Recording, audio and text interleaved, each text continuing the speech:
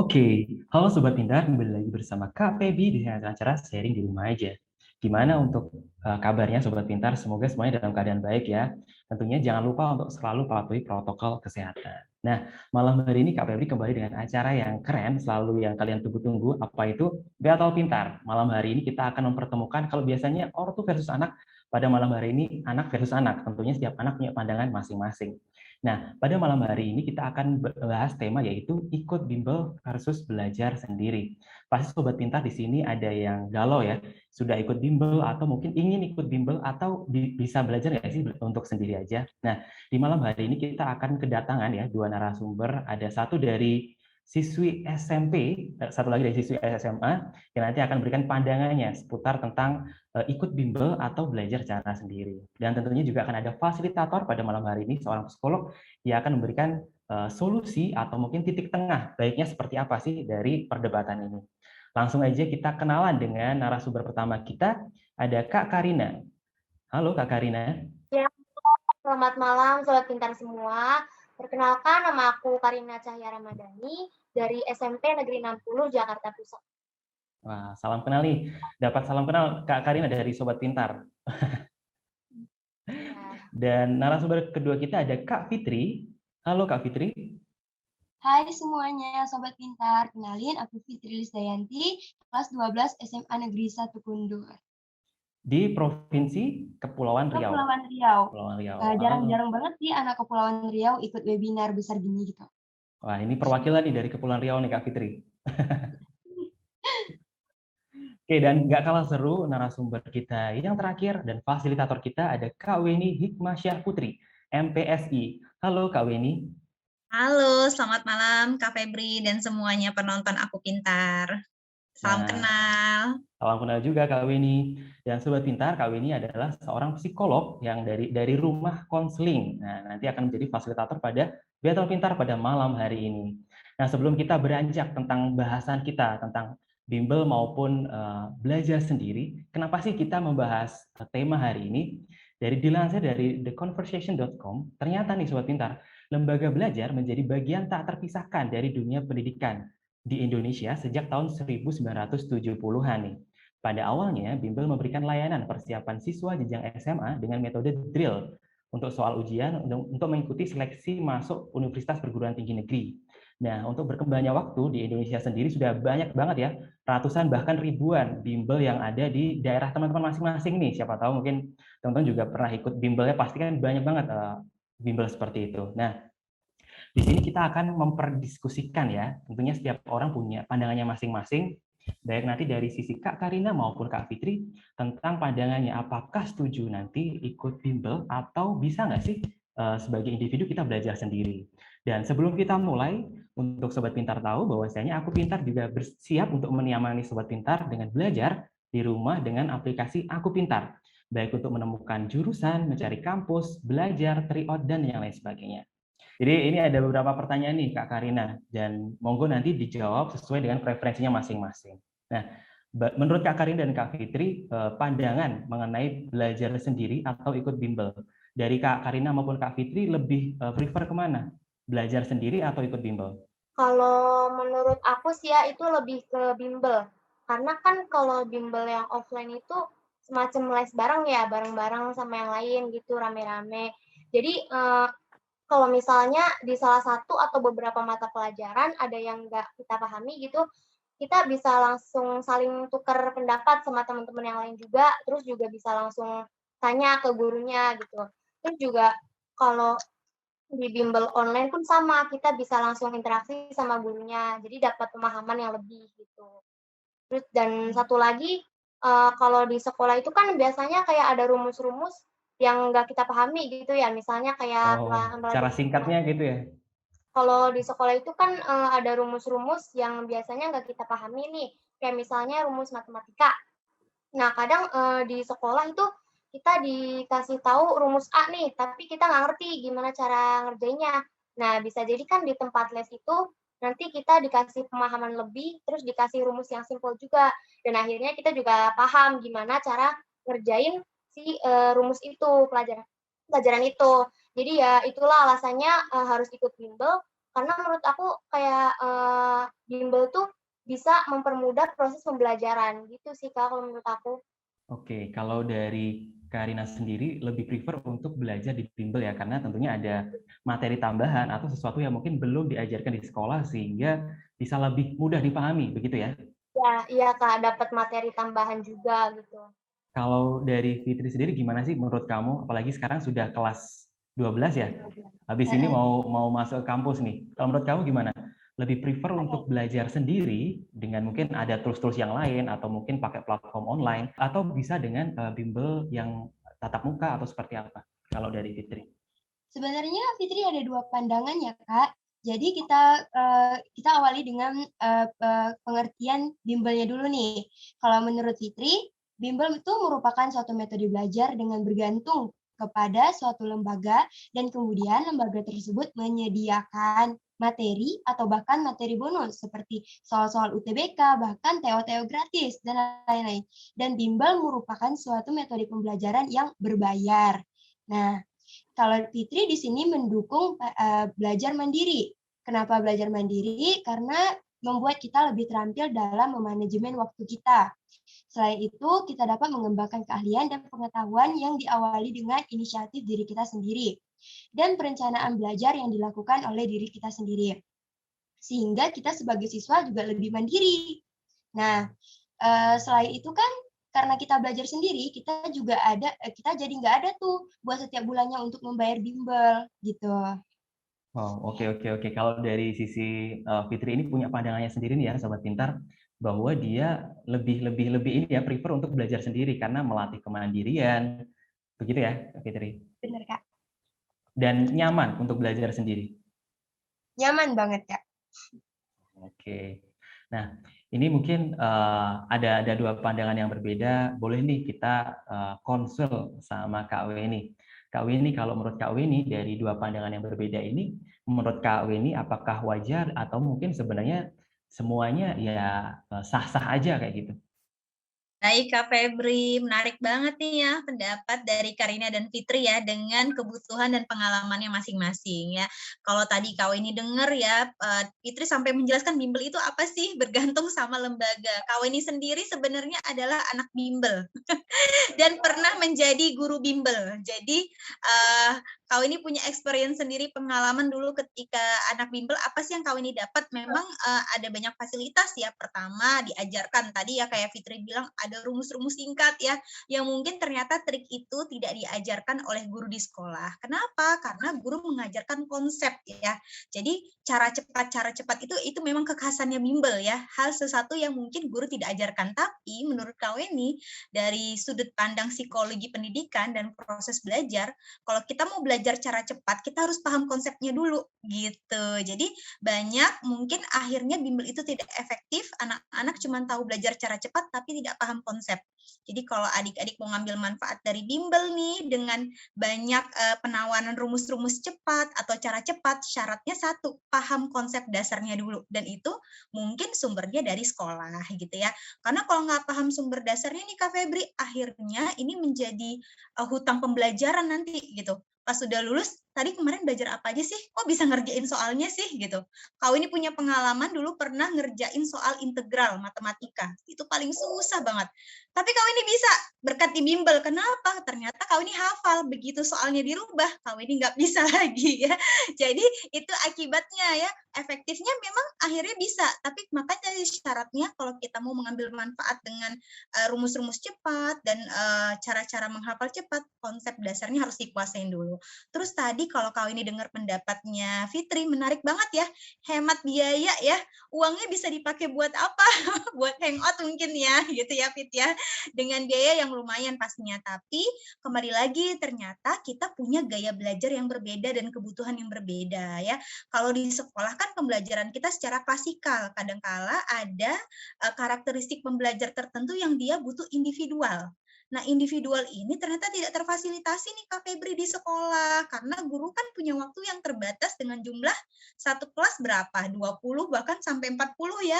Sehingga ada beberapa siswa yang dia membutuhkan pengulangan instruksi secara individual. Nah, ini mungkin kalau orang tuanya tidak bisa mendampingi, salah satu salah satu win-win solutionnya adalah di si kakak bimbel ini gitu ya. Dan kakak bimbel ini menjadi fasilitator, bukan menjadi orang yang mengerjain semua soal lalu anaknya ngafal ya. Lagi-lagi ya. Nah, ini penting nih, Kak Weni. Kadang kan ada anak datang ke bimbel itu bawa PR gitu, minta tolong Betul. untuk dikerjain. Nah, ini nih yang nggak boleh Betul. nih Sobat Pintar. Betul, jadi pemahamannya harus dikuasain gitu ya, bukan sekedar ngafalin soal ya. Kalau tadi Fitri bilang nggak perlu ya, mungkin beberapa anak tertentu dia ternyata tipe pembelajar reflektif yang dia bisa belajar sendiri gitu ya, dengan keunikan dirinya. Bahkan kalau dia terlalu nambah jam atau terlalu banyak orangnya di kelompok bimbel itu justru membuat dia tidak efektif gitu. Jadi beda-beda kebutuhannya, tergantung gaya belajarnya.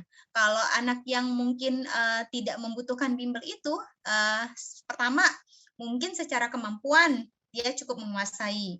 Kedua, dia membutuhkan tingkat kesulitan yang berbeda untuk mengerjakan tugas-tugas ya gitu.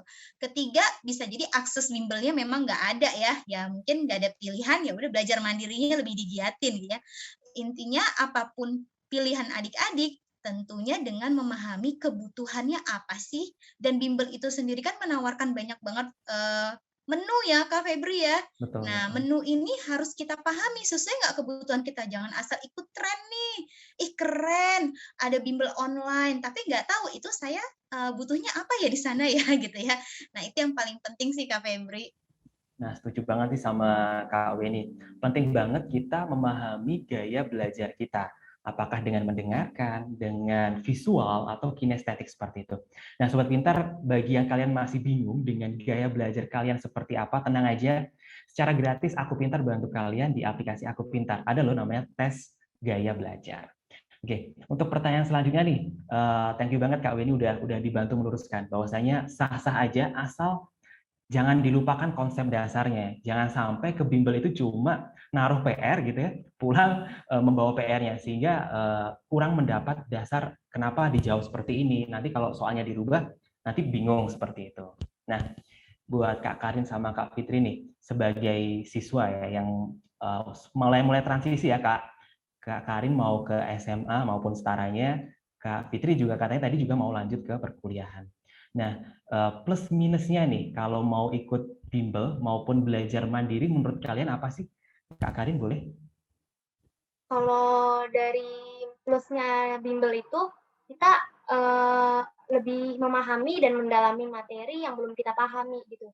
Jadi kayak Kak Weni bilang, intinya kita harus memahami konsepnya dulu, baru kita kayak bisa ngerti cara ngerjain pelajaran itu gimana. Jadi nggak cuma dari satu sisi doang kita belajar ini, nanti kalau yang lain di pelajaran lain kita nggak ngerti. Makanya kita harus kayak lebih memahami konsepnya gimana.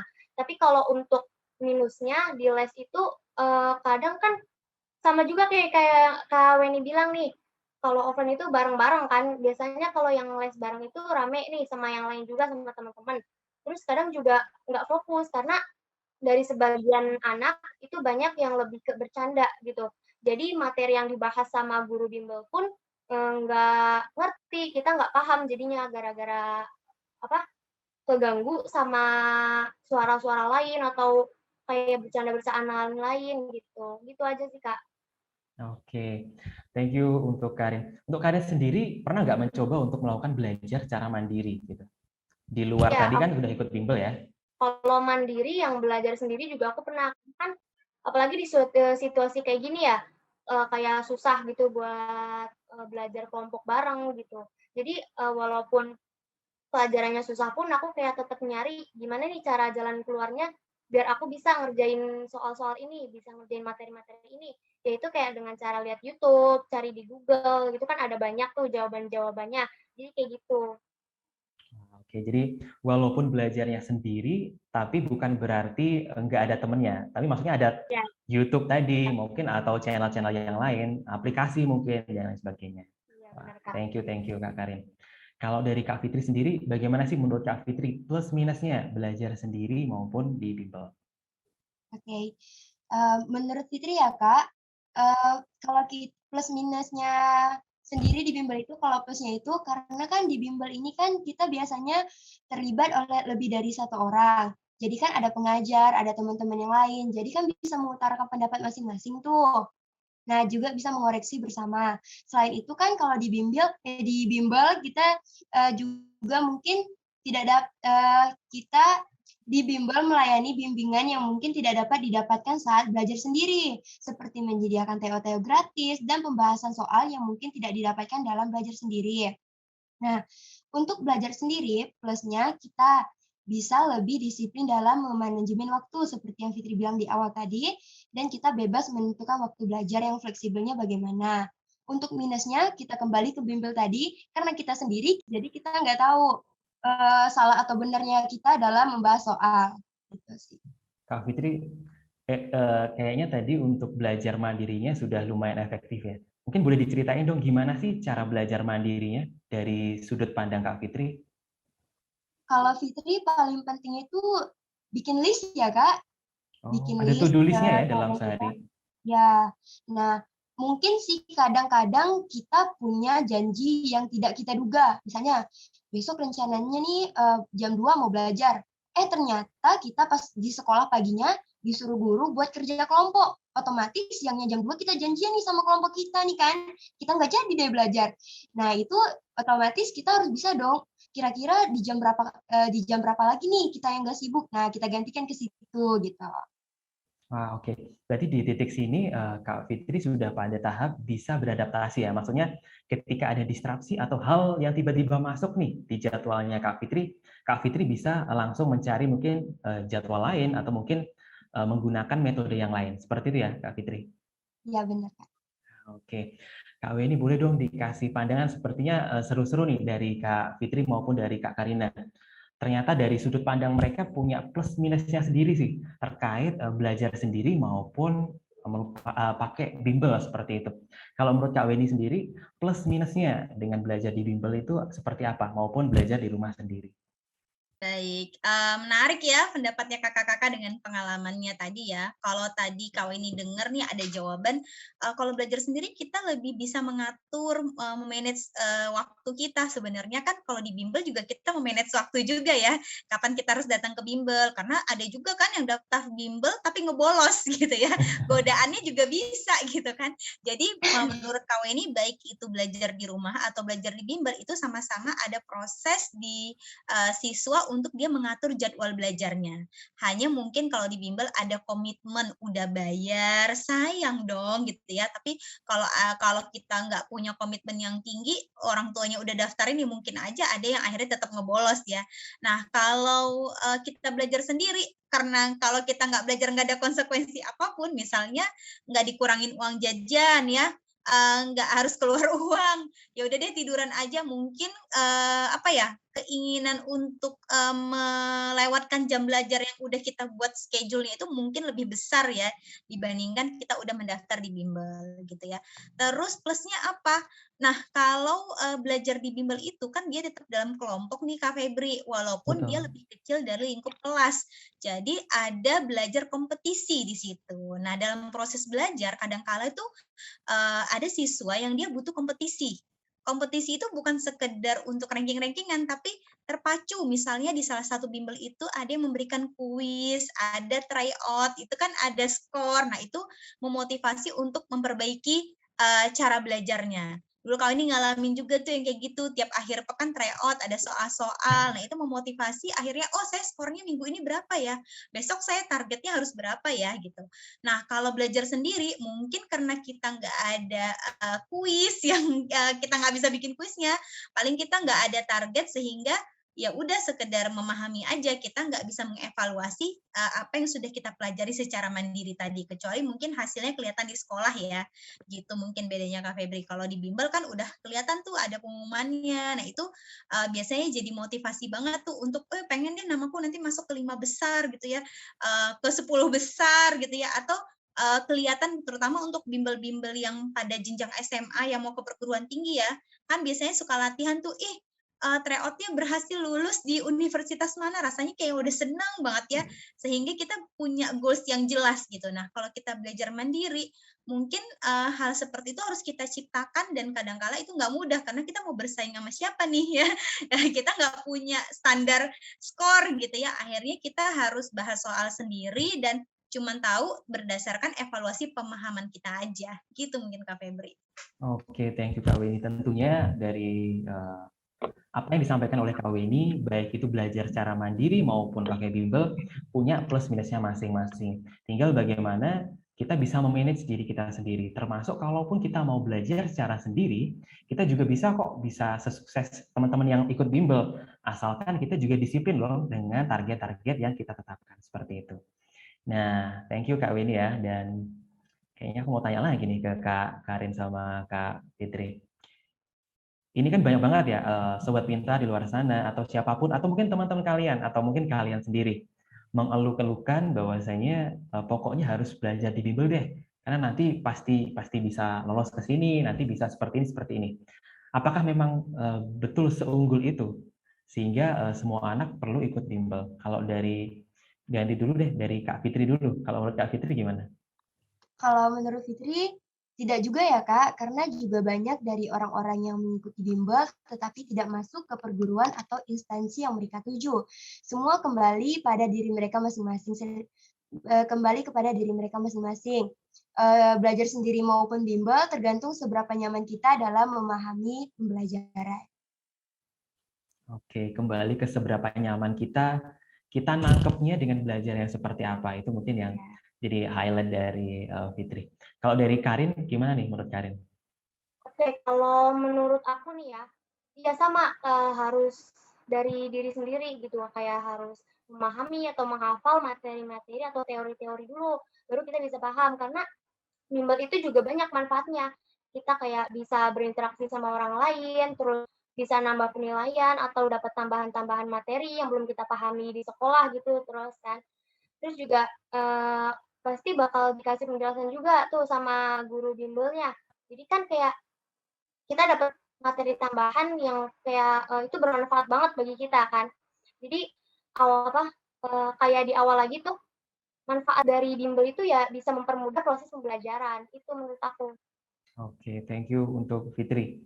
Jadi memang ya begitu adanya kalau menurut Fitri, asalkan dari sisi kitanya memang sudah benar-benar memahami konsep pembelajarannya seperti apa. Jangan sampai kalau tadi kata Kak ini, iya nih bener ikut bimbel tapi ternyata nggak masuk, bolos kayak gitu. Nah, Kak ini boleh dong dikasih mungkin pandangannya dari Kak ini perihal anak-anak yang mungkin yang mengeluhkan harus masuk bimbel. Pokoknya nanti kalau nggak bimbel seperti ini. Apakah betul seperti itu Kak ini atau sebenarnya punya setiap anak yang mungkin belajar sendiri ya punya kesempatannya juga gitu, nggak cuma bagi anak yang bimbel seperti itu. Betul, Kak Febri. Jadi, nggak harus sebenarnya ya, nggak harus belajar di bimbel, tapi belajarnya itu yang harus ya. Belajar bisa di mana aja, bisa sama siapa aja, bisa dengan fasilitas apa aja. Hanya kalau di bimbel mungkin sudah ada program yang adik-adik disupervisi, difasilitasi dengan lebih mudah, sumber-sumbernya udah dikasih. Kalau belajar sendiri mungkin ada mengeksplornya, ada kemampuan mengeksplor yang mandiri di sana ya. Kalau di bimbel mungkin sudah dikasih nih, tinggal latihan, tinggal baca bukunya lagi, lalu berdiskusi gitu ya. Nah ini satu hal yang ada perbedaannya pastinya ya. Kalau ada beberapa siswa yang mengeluhkan, harus wajib bimbel. Kembali lagi, mungkin siswa seperti itu memang butuh gitu ya, dengan kayaknya lebih paham deh, lebih mudah deh gitu ya. Mungkin cara penyampaiannya kan berbeda ya Kak, kalau antara guru sama si kakak-kakak tutor yang di bimbel tuh. Kakak-kakaknya lebih muda, lebih humoris mungkin, lebih dekat kayak temen kadang ya kakak-kakak di bimbelnya ya. Jadi itu kadang-kala bikin beberapa siswa lebih nyaman, lebih terbuka untuk bertanya banyak hal yang mungkin ketika di sekolah itu nggak terfasilitasi. Kenapa nggak terfasilitasi? Ya mungkin aja jumlah siswanya banyak ya, kecuali sekolahnya biasanya kalau sekolahnya udah jumlah siswanya dikit, anak-anaknya nggak membutuhkan bimbel lagi tuh, karena berbagai macam karakteristiknya mudah terpenuhi. Tapi kalau yang satu kelas ada 40, 50 mungkin nggak semuanya terpenuhi.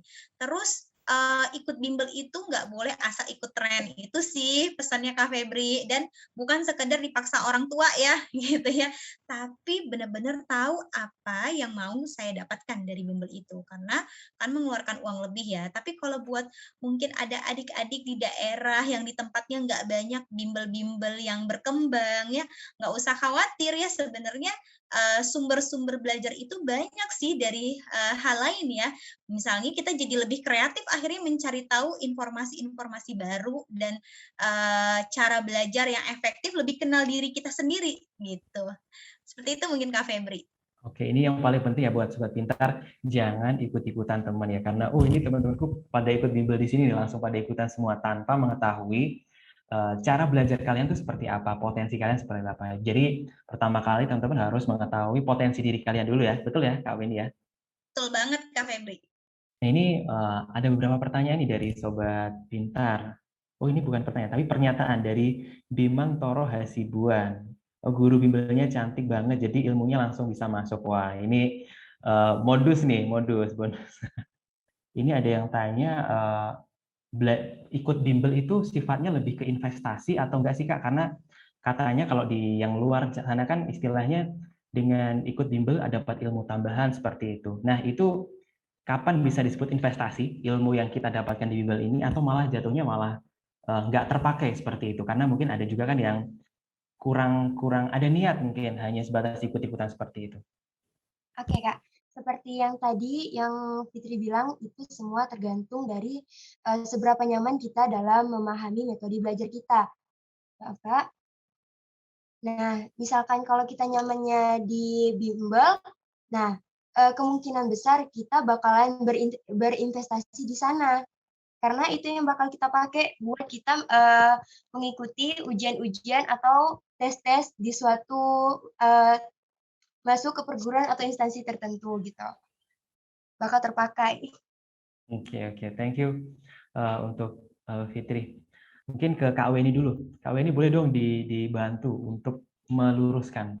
Seperti apa sih kapan ilmu di bimbel itu sifatnya dapat memberikan investasi atau sebaliknya?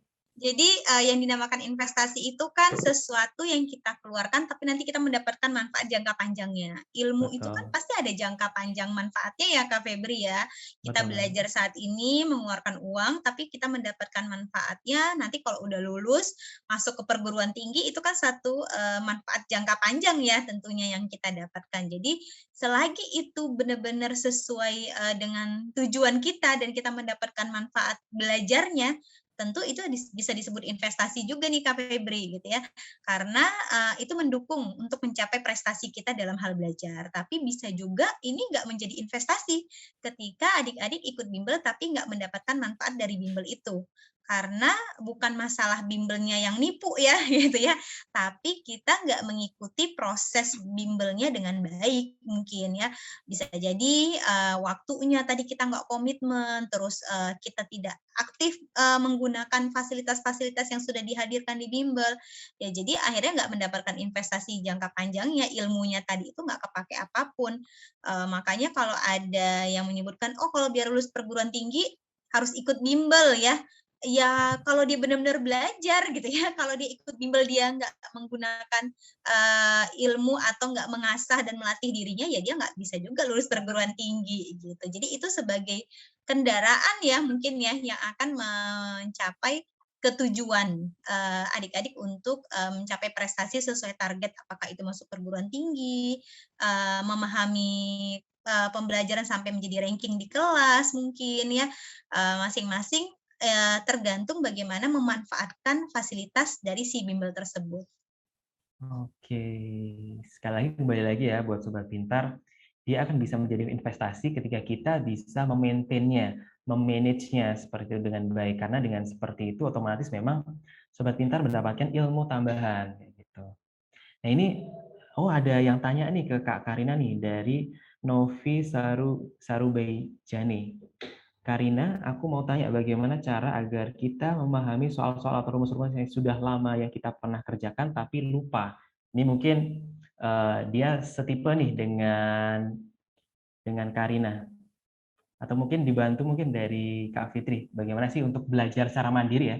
Cara mandiri untuk mengingat pelajaran-pelajaran yang mungkin udah lama lupa nih. Apakah selalu di apa namanya ulang-ulang seperti itu atau seperti apa nih kalau metode belajarnya Kak Fitri? Ya benar Kak, harus diulang-ulang sih. Yang paling penting itu sih Kak, harus sering-sering latihan soal. Kan kita nih ngelihat nih biasanya untuk anak-anak yang belajar mandiri cuman bisa media belajarnya melalui YouTube. Jadi pertama itu kita menyimak baik-baik dulu nih materi dari YouTube-nya. Setelah itu kita coba dengan latihan-latihan soal. Sebenarnya yang bikin kita mengingat pelajaran itu Kak saat kita latihan soal itu. Gitu. Jadi sering-sering latihan soal aja sih. Practice make perfect. Nah, gitu ya. Kalau kalau Kak Weni bagaimana sebagai praktisi sebagai apa ya psikolog di pendidikan? Karena kan anak-anak memang suka seperti itu ya kadang suka lupa nih sama rumusnya, mungkin sama bagaimana sih cara menyelesaikannya gitu atau malah dia lupa sama dasar teorinya kayak gitu. Bagaimana nih Kak Weni? Apakah ada mungkin panduan secara psikologisnya? Oke, dalam belajar itu kan ada proses yang kita bangun ya Kak dari awal. Jadi kita belajar itu kayak membangun sebuah bangunan ya, harus ada dasarnya, pondasinya. Nah, Kakak kita belajar matematika, kenapa kita belajar bahasa, kenapa kita belajar fisika, padahal ujung-ujungnya nanti kita nggak pelajarin itu. Ujung-ujungnya ketika kuliah kita spesifik ya, tapi kenapa ketika kita SD, SMP, SMA kita belajar itu? Karena itu adalah untuk membentuk pondasi berpikir kita, gitu. Jadi pondasi berpikirnya harus kebentuk dulu tuh. Ketika kita belajar matematika, bukan berarti nanti kita ujung-ujungnya harus jadi ahli matematika. Tapi belajar matematika dari SD, SMP, SMA adalah pondasi yang dibentuk untuk berpikir. Jadi pelajaran itu adalah media. Nanti pada akhirnya kalau kita sudah dewasa, kemampuan berpikir itu digunakan buat apa? Buat menyelesaikan masalah, berpikir kreatif kayak Kak Febri misalnya akhirnya membuat startup dan sebagainya. Tapi itu Kak Febri bisa mencapai itu karena ada mata pelajaran yang beragam tadi nih. Jadi yang paling penting itu adalah bukan menghafal rumus cepatnya, tapi paham konsep dasarnya. Nah, buat yang pakai rumus cepat boleh-boleh aja asal konsep dasarnya udah paham. Jadi kenapa kita lupa ya? Tadi, kenapa kita udah hafal kok lupa ya? Karena kita menghafal, bukan memahami. Padahal dalam proses belajar yang lebih penting itu memahami. Setelah memahami, lalu ada cara-cara cepat untuk menghafalnya. Gitu Kak Febri. Oke, wah ini benar banget nih dari Kak Weni. Kita kalau belajar itu memahami ya, Sobat Pintar, jangan menghafal. Karena kalau hafalan nanti takutnya soalnya dirubah tipenya, jadi bingung lagi. Dan ini dari penanya yang masih yang sama nih Kak Weni, dari Novi juga. Kan kita mengingat pelajaran yang sudah kita pelajari sementara, materi-materi baru itu selalu diajarkan seperti itu. Jadi yang lama itu sudah tertumpuk, tapi yang baru sudah mulai dikasih kayak gitu. Nah, mungkin Kak Weni bisa dikasihkan mungkin tips mungkin ke Sobat Pintar semuanya, bagaimana sih memanage biar kita cara menghafalnya itu bisa lebih apa ya, lebih komprehensif gitu ya. Jadi nggak ketumpuk-ketumpuk akhirnya terlupa seperti itu. Baik, jadi buat adik-adik semua yang nonton ya, kalau ini kasih tahu ya, ternyata otak kita ini muatannya itu jauh apa ya, kalau ibaratnya hard disk itu paling tinggi berapa tuh Kak Febri? Paling besar itu di atas giga itu apa namanya? Terabyte. Tera. Otak kita itu jauh dari tera, bisa menyimpan informasi apapun. Jadi jangan khawatir, aduh otakku udah penuh nih. Bukan udah penuh, hanya kita naruh informasinya nggak tepat. Ibaratnya lemari, semua itu kita tumpuk aja tuh. Pas kita mau nyari kunci, kunci tadi di rak berapa ya? Kita bingung ya. Kalau misalnya di laptop kan kita bisa search ya. Search ketemu tuh, oh ternyata di filenya ada di sini. Nah, kenapa itu bisa lupa? Karena kita menaruhnya di dalam memori kita tidak terstruktur. Gitu. Itu semua ditumpuk-tumpuk aja gitu. Padahal ingatan itu masih ada di kepala kita. Tapi karena kita naruhnya nggak terstruktur ya, nggak teratur dan tidak memberikan clue ya terhadap informasi tersebut, akhirnya semakin lama dia numpuk dan pas kita mau nyari bendanya, pernah ya nyari benda dalam satu kotak, gunting, benang, jarum, lem semua disatuin, kita akhirnya obrok-obrok kali, lama-lama kecapean dan jenuh. Udah deh nggak mau belajar lagi. Nah itu yang terjadi di otak kita tuh. Jadi tipsnya adalah bagaimana biar kita ingat, simpan dengan teratur, berikan clue. Oh hari ini mau belajar apa? Fokus. Nah kenapa sering numpuk-numpuk? Karena pada saat kita memasukkan informasi, pada saat yang bersamaan kita juga menerima informasi yang lain. Jadi kita nggak fokus. Itu mengakibatkan akhirnya mudah lupa dan numpuk ya. Jadi sebenarnya kalau secara kapasitas otak kita mau dikasih informasi sebanyak pun itu masih sanggup-sanggup aja, lebih tinggi dari Tera, dari komputer atau dari laptop, asal menyimpannya dengan tepat. Menyimpan dengan tepat itu apa? Ada teknik-teknik mengingat ini, Kak Febri. Banyak banget yang sebenarnya adik-adik bisa pelajari di YouTube ataupun dari buku ya. Salah satunya adalah mengingat dengan menggunakan emosi gitu. Jadi Mengingat dengan menggunakan emosi. Ini baru dengar nih, Kak. Bagaimana misalnya tuh? adik-adik Kayaknya seru tuh. mau ingat pelajaran biologi tentang organ tubuh. Nah, buatlah sebuah cerita dari organ tubuh itu. Ada emosinya marah, oh si jantung itu warnanya merah, marah. Di dekat jantung itu dia punya tetangga, namanya apa? Ada arteri kah, ada paru. Nah, dibuat seperti itu, ada emosinya itu akan memudahkan. Itu salah satu kunci. Nah, yang lainnya ada di mana? Adik-adik boleh cari informasinya di internet ya, karena kalau kau ini mau bahas itu aja, nanti waktu kita habis nih Kak Febri ya, cara-cara mengingatnya. Gitu Kak Febri. Wah, keren-keren nih Kak Weni. Berarti seperti tadi mungkin bisa dijadikan metode pembelajaran yang agar lebih mudah diterima, lebih mudah diingat seperti itu. Jadi nggak monoton dari buku langsung kita serap seperti itu.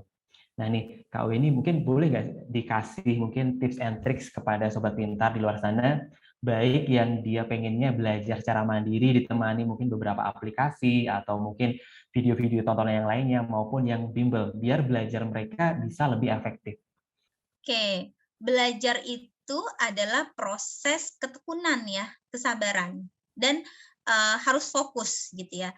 Nah, ketika kita belajar, hindari hal-hal yang membuat kita mudah ke-distract. Tadi Kak Febri sempat menyinggung ada gaya belajar auditori, visual, kinestetik. Orang-orang yang belajar secara visual, dia mudah menerima informasi melalui gambar yang distimulasi melalui penglihatannya, video ya.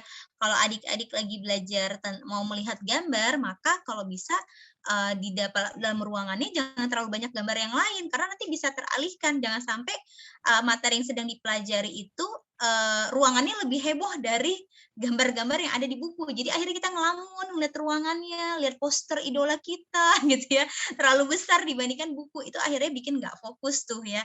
Jadi kalau mau lebih fokus, hindarin dulu tuh tadi ya hal-hal yang berhubungan. Kalau auditori, kita sensitif melalui pendengaran, jadi kita mudah menerima informasi melalui pendengaran. Nah, saat kita sedang belajar, berarti mungkin dengan berdiskusi, dengan menjelaskan ulang, mungkin kalau ada suara-suara yang terlalu berisik atau yang nggak berhubungan dengan pembelajaran, kadang-kadang kita jadi kayak kedenger juga, pengen tahu juga ya. Nah, itu harus dikontrol. Kalau kinestetik melalui praktek, apa yang bisa kita praktekkan dengan pembelajaran dan melihat contoh-contoh realistisnya, apa nih ilmu ini dipakai buat apa nih, dengan experience itu mungkin akan lebih adik-adik lebih paham ya tentang pembelajaran tersebut. Nah, untuk mengingat itu kan menerima informasi itu sebenarnya ketika kita membaca otomatis itu mengingat Kak Febri. Tapi Betul. ada yang ingatannya cuma sepersekian detik, ada yang dia masuk ke ingatan jangka panjang. Wah, belajar dari pagi banyak banget ya pembelajarannya ya. Semua emang bisa inget tuh ya. Bisa, tapi terkadang kita melupakan. Jadi ketika kita melupakan, itu sebenarnya bukan hilang dari ingatan kita, tapi kita menganggap itu nggak penting. Sesuatu yang nggak penting berarti kita lupakan. Adik-adik kalau sekarang masih ingat mantannya, berarti itu masih penting buat adik-adik tuh. Ayo, ini jangan-jangan Fitri sama Karina ketawa ini jangan-jangan. Karena sesuatu yang nggak penting otomatis akan dilupakan. Jadi kalau adik-adik lagi belajar, adik-adik harus anggap itu adalah sesuatu yang penting. Harus ketemu dulu, antusiasnya ciptain dulu, ini penting banget nih. Ini tentang apa ya? Cari tahu hal yang menarik gitu ya. Ini nanti itu aplikasinya gimana sih? Orang-orang ilmuwan di dunia itu belajar ini untuk apa sih sebenarnya gitu ya. Akhirnya kita merasa itu penting. Kalau penting itu otomatis akan terekam di memori jangka panjang kita. gitu. Jadi kalau ada yang bilang, "Aku udah lupa," tapi diomongin terus, berarti itu masih nganggep penting tuh, gitu, Waduh. Kak Febri. Terima kasih nih Kak Weni. Kalau Fitri gimana? Masih mengingatkah? Maksudnya pelajaran ini semester kemarin, pelajaran semester kemarin. Kalau Fitri sih ngerasa penting, Kak. Jadi inget Oh dong. ya. Oke. Oke. Oke, back to topik lagi. Untuk Fitri sendiri, kamu dari sisi memang apa ya, siswi yang lebih suka untuk belajar sendiri. Buat teman-temanmu di luar sana ya mungkin yang sama seperti kamu dengan motivasi yang entah itu sama ataupun berbeda, bisa nggak dikasih tips and tricks belajar yang efisien, efektif, sesuai dengan cara belajarnya Fitri? Oke, buat teman-teman sobat pintar semua di luar sana, seperti yang kita ketahui dari Kak Weni bilang tadi, bahwa kita harus mengenali dulu kebutuhan kita sendiri. Kita tipe orang yang butuh belajar bimbel atau belajar sendiri. Setelah itu, baru deh kita fokus mulai untuk belajar mulai dari mana. Nah, jika kita sudah fokus, mulai deh kita mulai list. Kan kita keseharian kita kan beda-beda nih kan, Fitri apa, kalian apa gitu kan. Jadi bisa kalian list dulu dan kalian misalnya kalian punya kegiatan lain diusahakan untuk mengganti jam belajar kalian dengan di waktu yang lain gitu.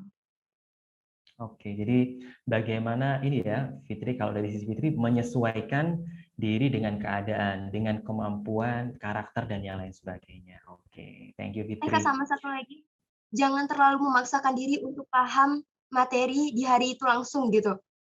Karena kan kita ngebut Kak, Oh, kadang Kak, apalagi kelas 12 nih ngebut kan, mau ngejar UTBK gitu kan. Jangan langsung ditumpuk gitu semuanya. Pelan-pelan aja gitu, yang penting paham gitu. oke. Ini mungkin mumpung masih ada Kak Weni nih. Kayaknya dulu waktu aku kelas 12 juga kayaknya di titik yang sama nih Kak Weni. Pokoknya kayak satu buku tuh kayak mau tak makan aja gitu. Jadi intinya kayak semuanya tuh pengen tak belajarin saat itu juga. Tapi dengan kondisi kadang kan habis sekolah kita juga capek juga kayak gitu. Habis tryout kita juga capek gitu. Bagaimana sih Kak baiknya memanage biar biar kita itu nggak sampai capek apa ya? Kadang kan capek pikiran ini ya Kak ya. Terlalu larut-larut malah nggak efektif juga belajarnya kayak gitu. Betul, Kak Febri. Biasanya kita sebut sistem SKS ya, sistem kebut semalam ya. Aduh. Mau kelas 12 ya, UN atau mau masuk perguruan tinggi itu pembelajaran semuanya yang 3 tahun ditumpuk ya. Dan akhirnya otak kita sih mampu-mampu aja ngerekam banyak, tapi mesinnya yang nggak sanggup runningnya. Ibaratnya laptop itu masih bisa nyimpen, tapi RAM-nya kecepatannya lambat gitu ya.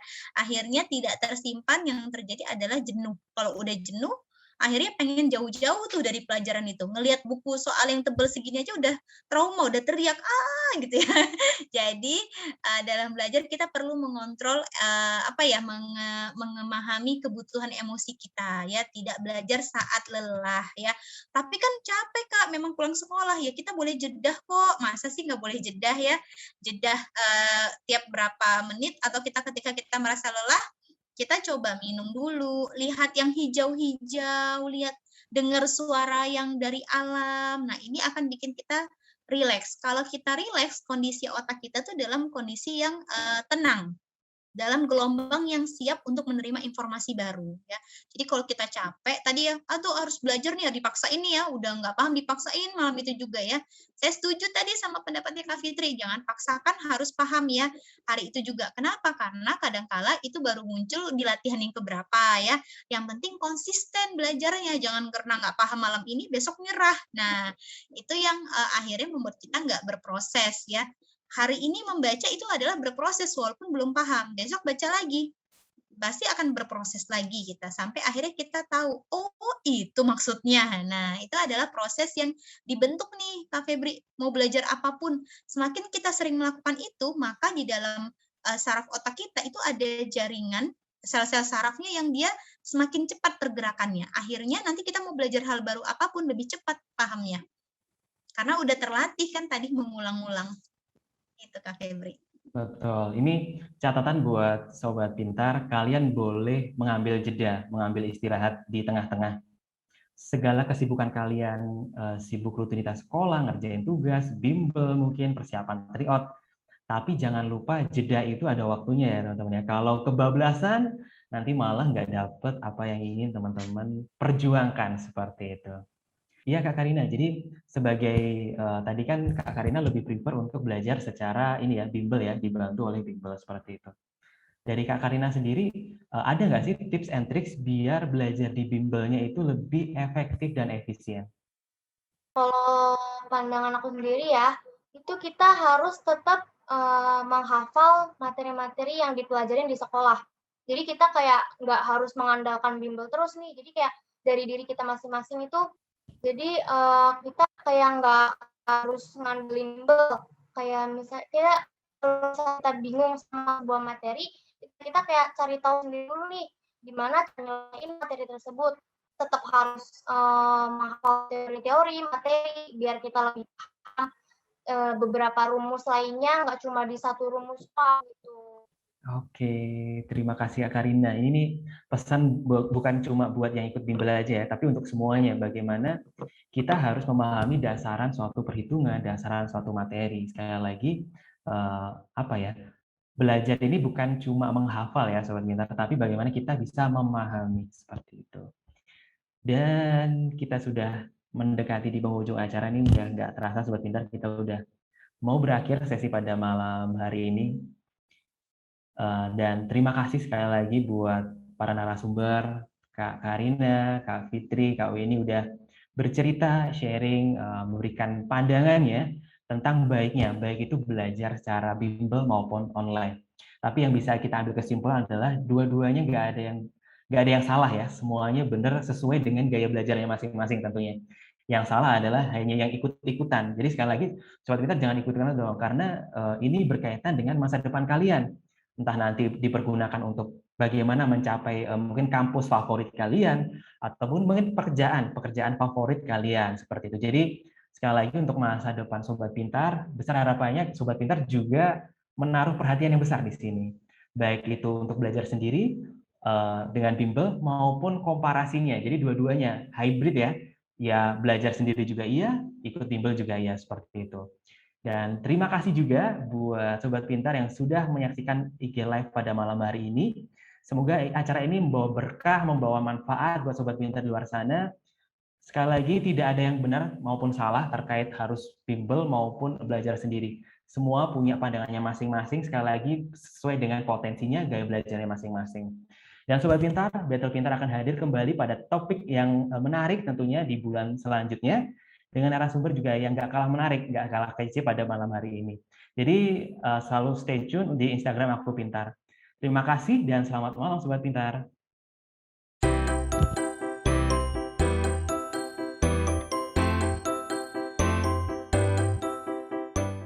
Belajar pintar bersama Aku Pintar. Download sekarang.